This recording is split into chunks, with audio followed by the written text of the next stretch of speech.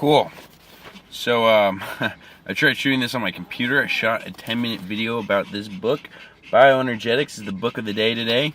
And then my computer microphone wasn't working, so I recorded a 10-minute video with no sound. I just tried recording something on my my little tablet.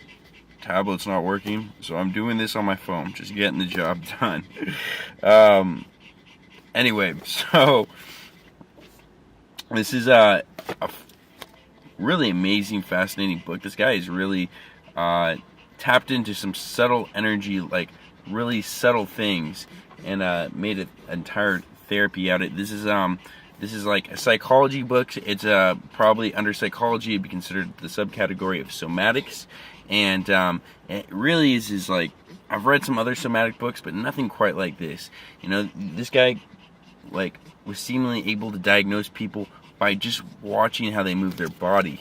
And he had his own classifications in here. I'm not going to get too into it. I feel like it's a book that like I should be studying this book under someone else to really grasp it and like get all of it. But he just had a lot of like, I've heard the saying recently. It's like, if you don't get a new flow and energy, no change could really happen. Well, this guy says if there's nothing, no change on the physical level, then no real change will probably happen.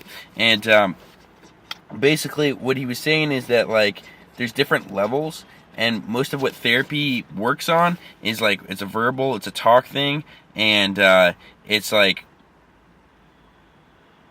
that's almost like the most superficial level. He was talking about there's like a level under the like egoic talk verbal that most therapy is like a muscular level, your more physical level, then emotional level. And then he says like the deepest part for like this is like a humanistic approach. You have to understand this is like human potential shit.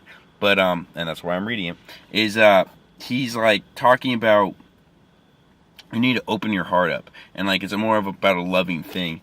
And like this book is also really super fascinating and interesting because it's really about expansion and awareness. For me, I've been into like weightlifting and other things, but that's not why I have like bad posture. But that's not why I have bad posture. I might have some muscle imbalances these days that might cause some of that. But the truth is like, some of your fear and like a lot of these things, they get locked up inside your body, inside your muscular, and then like they soon become unconscious. And like that's the thing about he emphasizes here is like if you get in tap into your body and get in touch with those like locks and blocks of energy, you'll like get closer to the unconscious. And he says a line in here, this book is not about bringing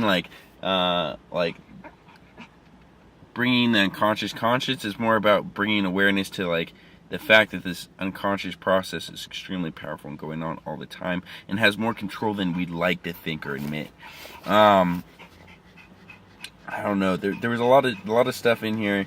He gives a lot of amazing exercises to do in here. If I wouldn't suggest reading this book if you just want to do the exercise and get the good fruits out of this. There's a great guy, probably a lot of you heard of it, the YouTube channel called Elliot Holz. He does a lot of stuff on bioenergetics. That was the first time I ever heard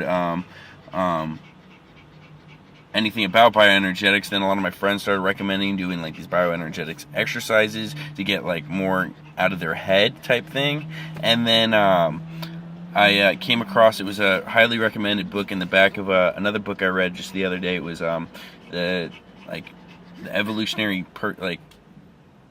I can't remember the name. It's like the evolutionary growth of a person or whatever. It talks about different stages and processes and usual blocks of evolutionary growth that most people go through, and they highly recommended this book. What are some really great things to get out of here? I guess the biggest thing I found fascinating and interesting was that his oh, here, this is a good picture of, I don't know if you'll be able to see this. Like I said, I'm doing this on my phone. I'm even in my car right now. So you got your ego up here, muscular, emotional level, core is love. If you want to go to the bottom here, I think this is like not repression, but like what does it say down here? Projection. There we go. Blaming, distrust. That's on the egoic level. And then on the muscular level, we're going to have like chronic muscular tension. For me, I get that up around here. Not my neck as much. Is in my back and my shoulders hold tense up. It's unconscious all the time.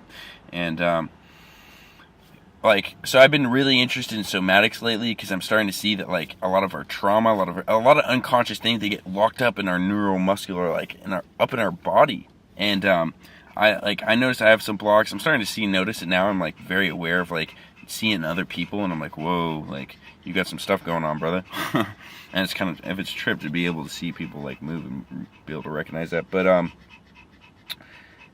one time I like, this is gonna get deep, but I had to get honest about this lie I told, and it was like this very big lie I've been hiding from my like family for years, and I got honest about it. And at first when I was trying to tell them it, I couldn't speak, like my like throat was locked up. I was like trying to say it, I couldn't. And then after I told them, I felt all this tension in my like back here just get released, and like I actually had a headache for a couple of days afterwards, and it was a pretty intense experience. Like you're like, what the fuck?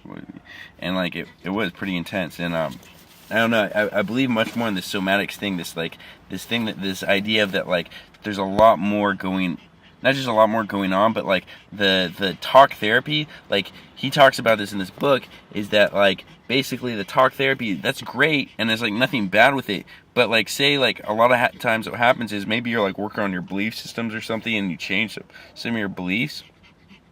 Like a lot of times you'll go back into your old beliefs or old patterns. Like even in a therapeutic setting, that can work out very well. But once you leave the therapeutic setting and you go back to the daily life of like stress, like a lot of that like stuff will come back up and re-happen. Let me try to get another couple more quotes out of his book. This is a lot of stuff.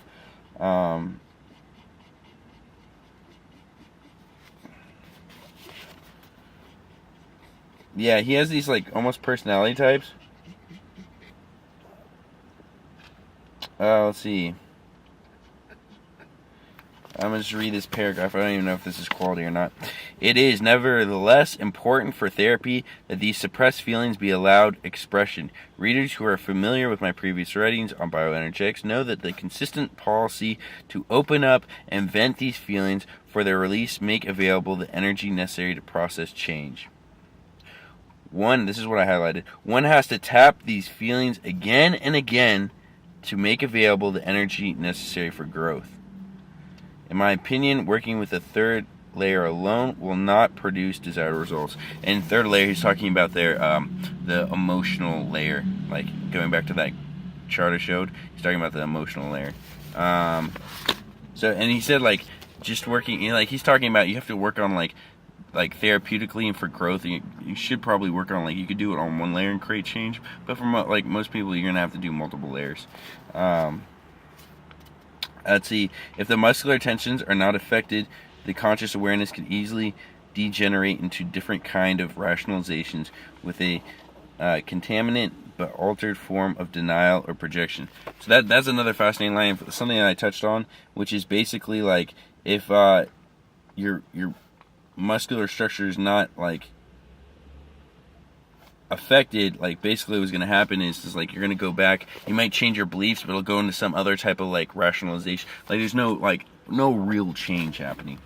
And that's like scary and like real. Like, whoa, wait, no real change happen if it's not like creating a different like structure in your body. So I'm like this, and I'm like, oh my god, I'm afraid of people, like and then I'm like, people like me. Actually, that might probably change your, like, even me doing that, I'm like, I want to change my physiology from that.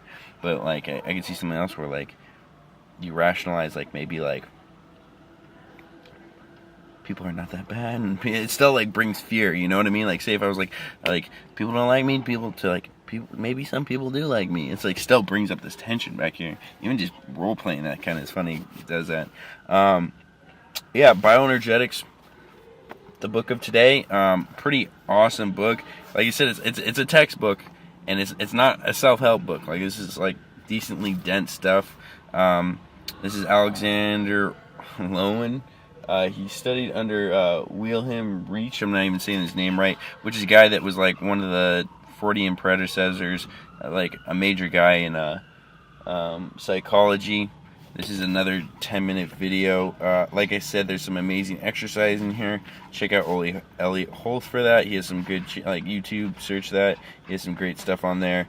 Other than that, I will reread this book within the next year. I'll make another video. I might actually put this video at the end or attach it or whatever to make it better, more in depth. Like I said, there's a lot of stuff in here. It goes really deep, and I'm only like barely scratching the surface of it. So if this interests you, somatics interest you, it interests me. I'll be putting up more YouTube videos on somatics and stuff of that nature. I'll be doing more books on it. I got a couple of books laying around I haven't read yet that I'll probably pick up and like to read and try to share you what I've learned. Namaste.